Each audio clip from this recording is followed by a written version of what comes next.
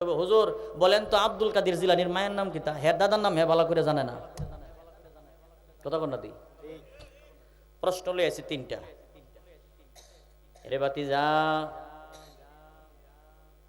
এক নম্বর প্রশ্ন হলো, জবাব দেন ওই ব্যক্তিকে যাকে আল্লাহ তামাম দুনিয়া সফর করাইছেন। সুবহানাল্লাহ জুড়ে বলেন।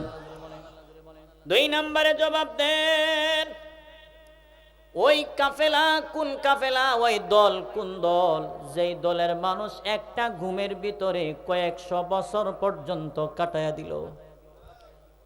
তিন নম্বরে জবাব দেন ওই ব্যক্তিকে যারে আমার আল্লাহ কুয়ার থেকে উঠায়া রাজত্ব দান করছেন। প্রশ্ন হলো কয়টা? আরো জোরে বলেন কয়টা? এবার আমার আপনার নবী তাদের থেকে সময় নিলেন মতান্তরে 24 ঘন্টা থেকে 3 দিন। কথাগুলো মনোযোগ দিয়ে শুনেন। আমার নবী ইচ্ছা করলে 1 ঘন্টা সময় নিতে পারতেন, 2 ঘন্টা নিতে পারতেন, 3 ঘন্টা নিতে পারতেন। 3 দিন সময় নিলেন কেন? 24 ঘন্টা নিলেন কেন? আবার আপনার নবী আমারে আপনারে বুঝাইয়া দিল, উম্মত, কাউকে যদি কোনো ওয়াদা দাও, কাউকে যদি কোনো কথা দাও, প্রয়োজনে 1 দিনের জায়গায় 2 দিন সময় নিবা, ওয়াদা যেন তোমার নষ্ট না হয়ে যায়। আরে ওয়াদা যেন নষ্ট না হয়, কারণ হলো ওয়াদা ভঙ্গকারী মুনাফিকের আলামত। বেশি বেশি ওয়াদা ভঙ্গ করে যে সে মুনাফিকের লক্ষণ। আমরা তো জবানের দাম নাই। চাচা দেন 2000 টাকা আওলাদ দেন, কোন সময় ফেরত দিবা? বিকাল বেলা দিব। কোন বিকালে দিব নাম নাই। 2 বছর পর্যন্ত বেটার সামনে না ফোন দিলেও ধরে না। আরে জোরে গ। আমার আপনার নবী আমারে আপনারে জানায় দিল, উম্মত, জবান নষ্ট করবা না, ওয়াদা বরখেলাপ করবা না। কারণ হলো মুসলমানের জবানের অনেক দাম। এই জবান দিয়ে হযরত বেলাল শাহাদাতের বাক্য পাঠ করছে। রাসূল বলেন বেলাল জান্নাতি। সুবহানাল্লাহ জুড়ে বলেন। এই জবান দিয়ে হযরত আবু বকর, হযরত ওমর শাহাদাতের বাক্য পাঠ করছেন, কালিমা পাঠ করছেন, জান্নাতি। উকবা ইবনে আবি মুআইত আমার নবীর সামনে থুতু নিক্ষেপ করছে, জাহান্নামী। সময় নিলেন 24 ঘন্টা। যাইতে যাইতে 24 ঘন্টা পার হয়ে গেল, কিন্তু আমার নবীর কাছে জিবরাইল আসে নাই। 24 ঘন্টা পর বেঈমানের বাচ্চাগুলি আমার নবীর কাছে হাজির হয়ে গেল। বলতে লাগলো, জবাব দেন, আপনি না বলছিলেন জবাব দিবেন, এখন জবাব দেন। আমার নবীর মনটা দুর্বল, আমি কেমনে জবাব দিব রে? এখনো পর্যন্ত জিবরাইল আমার কাছে আসলো না। জিবরাইল যদি না আসেন আমি জবাব দিতে পারবো না। কারণ হলো আমি রাসূল নিজের থেকে কোনো কিছু বলি না। মুহাম্মদ হারগিজ না গুফতা, কানা গুফতা। জিবরাইল জিবরাইল হারগিজ না গুফতা, তানা গুফতা রব্বুল জলিল।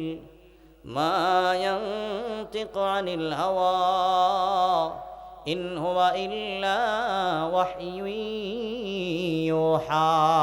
আল্লাহু আকবার জুড়ে বলেন।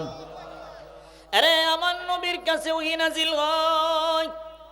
আমার নবী বললেন না আমি এখন জবাব দিতে পারবো না। কারণ হলো জিবরাইল এখনো পর্যন্ত আমার কাছে আসলো না। আমি রাসূল নিজের থেকে কোনো কিছু বলতে পারবো না। যেই মাত্র আমার নবী বললেন আমি এখন বলতে পারবো না। এমনিতেই বেঈমানের বাচ্চাগুলি এমনি তো নাসুরা বড়ি আরো পাইল ডুলের তরি। মক্কার প্রত্যেকটা জায়গায় জায়গায় গিয়া বদনাম শুরু করলো। নবী জবাব দিতে পারে নাই রে, জবাব দিতে পারে নাই। নাউযুবিল্লাহ। আমার নবীর ব্যাপারে বদনাম করেন। শেষ পর্যন্ত সাহাবীদের সামনে গিয়ে বলতে লাগলো, তোমাদের নবী জবাব দিতে পারে নাই, জবাব দিতে পারে নাই। প্রত্যেকটা সাহাবীদের মনটা দুর্বল। কারণ হলো চেয়ারম্যানের বক্তের সামনে যদি চেয়ারম্যানের বদনাম করা হয়, কোনোদিন বক্ত সহ্য করতে পারে না। পীরের মুরিদের সামনে যদি পীরের বদনাম হয়, কোনোদিন মুরিদ সহ্য করতে পারে না, যদি সত্যিকারের মুরিদ হয়। আমার নবীর এক একটা সাহাবী তো ছিল এমন, আমার নবীর প্রত্যেকটা সাহাবী এমন ছিলেন, নবীর জন্য জীবন দিতে এক সেকেন্ডও দ্বিধাবোধ করতো না। সুবহানাল্লাহ, জোরে বলেন।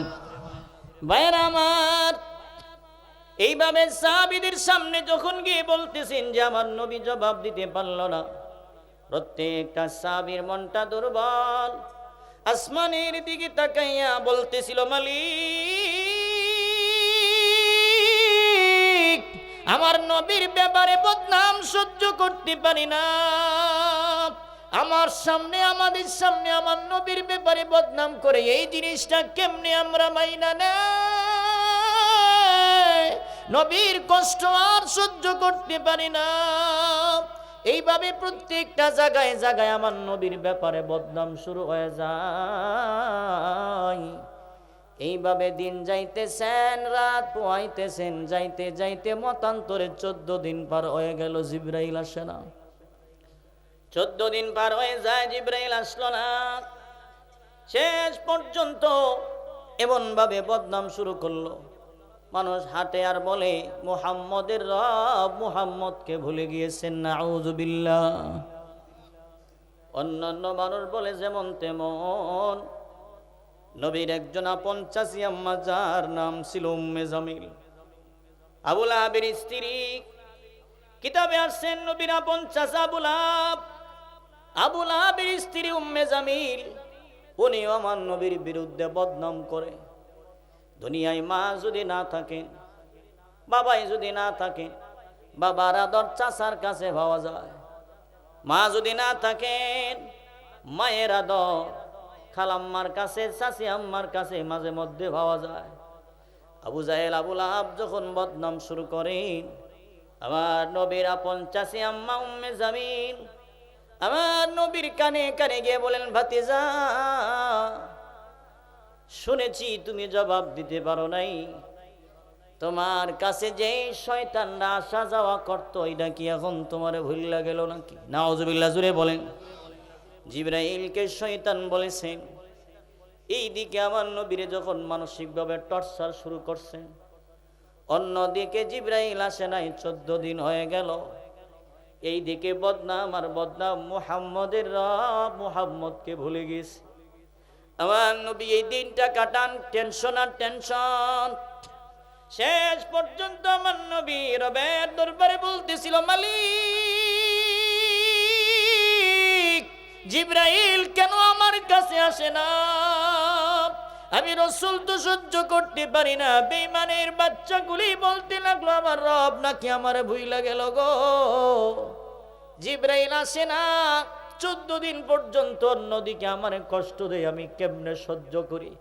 আল্লাহ তাআলা ঠিক ওই সময়ে তাদের বেঈমানদের কথার জবাব দেওয়ার জন্য আমার তিলাওয়াতকৃত সূরাতুদ দুহা নাজিল করেছেন।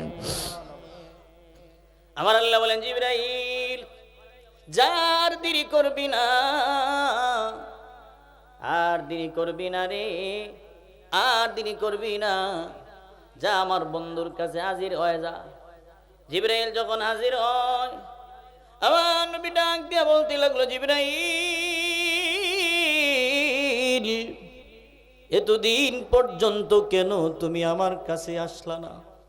মক্কার অবস্থা কি তোমার জানা নাই?